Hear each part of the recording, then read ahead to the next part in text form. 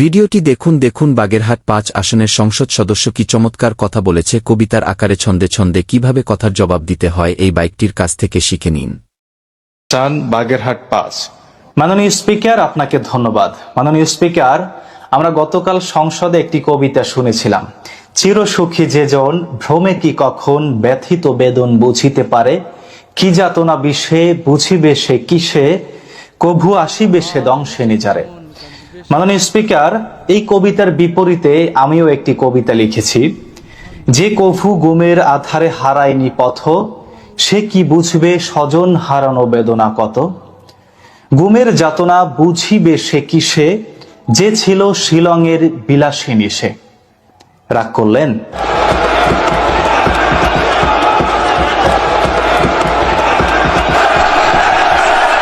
মাননীয় সদস্যবৃন্দ, ওনাকে বলতে দেন। মাননীয় স্পিকার, কিছু গুম হয় না, কিছু গুম ট্রেনিং হয়। মাননীয় স্পিকার, ইসলামী ব্যাংক ইসলাম নয়, জামায়াত ইসলাম ইসলাম নয়, কিন্তু ইসলাম হলো এস আলম। মাননীয় স্পিকার, একবার দায়িত্ব পেয়ে যে ব্যক্তি সেই কাজে ভুল করে তাকে আবারও সেই দায়িত্ব দেয়াকে বাংলা বাগধারায় বলা হয় দুধ দিয়ে কালসাপ পোষা।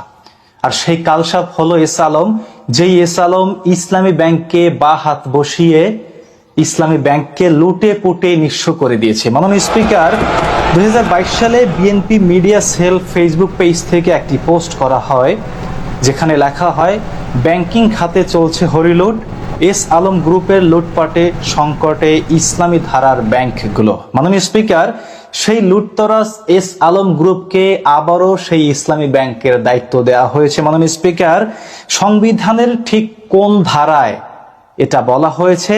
আপনার মাধ্যমে আমি স্বরাষ্ট্রমন্ত্রীর কাছে প্রশ্ন রাখলাম। মাননীয় স্পিকার, সংবিধানে না থাকলেও কথায় আছে এস আলমের নুন খেয়েছে যে একদিন, সে জানে সেই স্বাদ ভোলা কি কঠিন। মাননীয় স্পিকার, মির্জা আব্বাসের ঢাকা ব্যাংককে আমরা বিএনপির ব্যাংক বলি না, প্রয়াত আওয়ামী লীগ নেতা আব্দুল জলিলের মার্কেন্টাইল ব্যাংককেও আমরা আওয়ামী লীগের ব্যাংক বলি না, আব্দুল আউয়াল মিন্টুর ন্যাশনাল ব্যাংককেও আমরা বিএনপির ব্যাংক বলি না। তাহলে কেন ইসলামী ব্যাংককে জামায়াতের ব্যাংক বলা হয়? মাননীয় স্পিকার, বিএনপি আওয়ামী লীগের নেতারা ব্যাংক তৈরি করলে সেটা বিএনপি আওয়ামী লীগের ব্যাংক হয়ে যায় না, কিন্তু জামায়াত নেতারা ব্যাংক তৈরি করলে সেটা জামায়াতের ব্যাংক কেন হয়? মাননীয় স্পিকার।